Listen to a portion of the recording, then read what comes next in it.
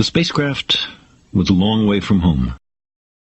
I thought it might be a good idea, just after Saturn, to have them take one last glance homeward.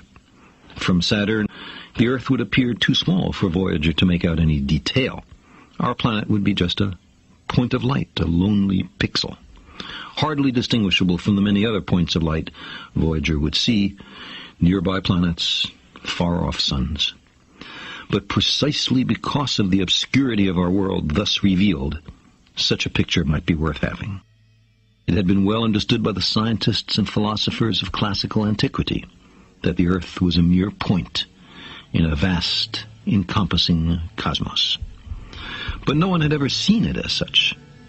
Here was our first chance, and perhaps also our last, for decades to come. So, here they are, a mosaic of squares laid down on top of the planets, and a background smattering of more distant stars. Because of the reflection of sunlight off the spacecraft, the Earth seems to be sitting in a beam of light, as if there was some special significance to this small world. But it's just an accident of geometry and optics.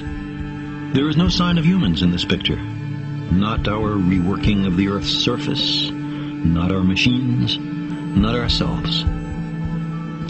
From this vantage point, our obsession with nationalism is nowhere in evidence. We are too small. On the scale of worlds, humans are inconsequential. A thin film of life on an obscure and solitary lump of rock and metal. Consider again that dot. That's here. That's home. That's us. On it, everyone you love, everyone you know, everyone you ever heard of, every human being who ever was, lived out their lives. The aggregate of our joy and suffering. Thousands of confident religions, ideologies, and economic doctrines. Every hunter and forager, every hero and coward, every creator and destroyer of civilization. Every king and peasant, every young couple in love, every mother and father, hopeful child, inventor and explorer, every teacher of morals, every corrupt politician, every supreme leader, every superstar, every saint and sinner in the history of our species lived there, on a mote of dust, suspended in a sunbeam.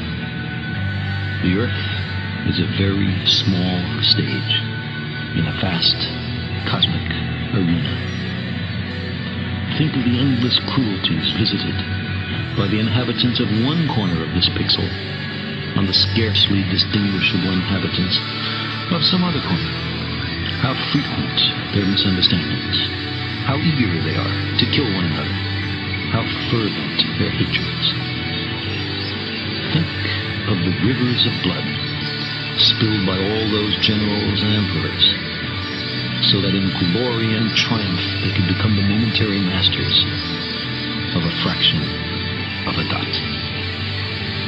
Our posturings, our imagined self-importance, the delusion that we have some privileged position in the universe, are challenged by this point of pale light.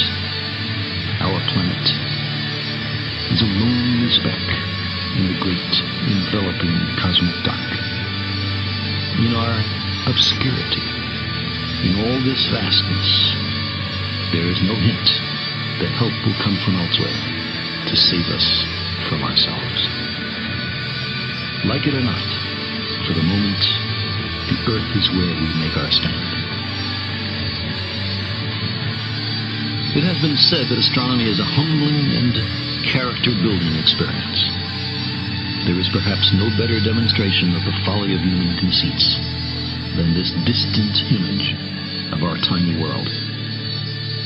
It underscores our responsibility to deal more kindly with one another and to preserve and cherish the only home we've ever known.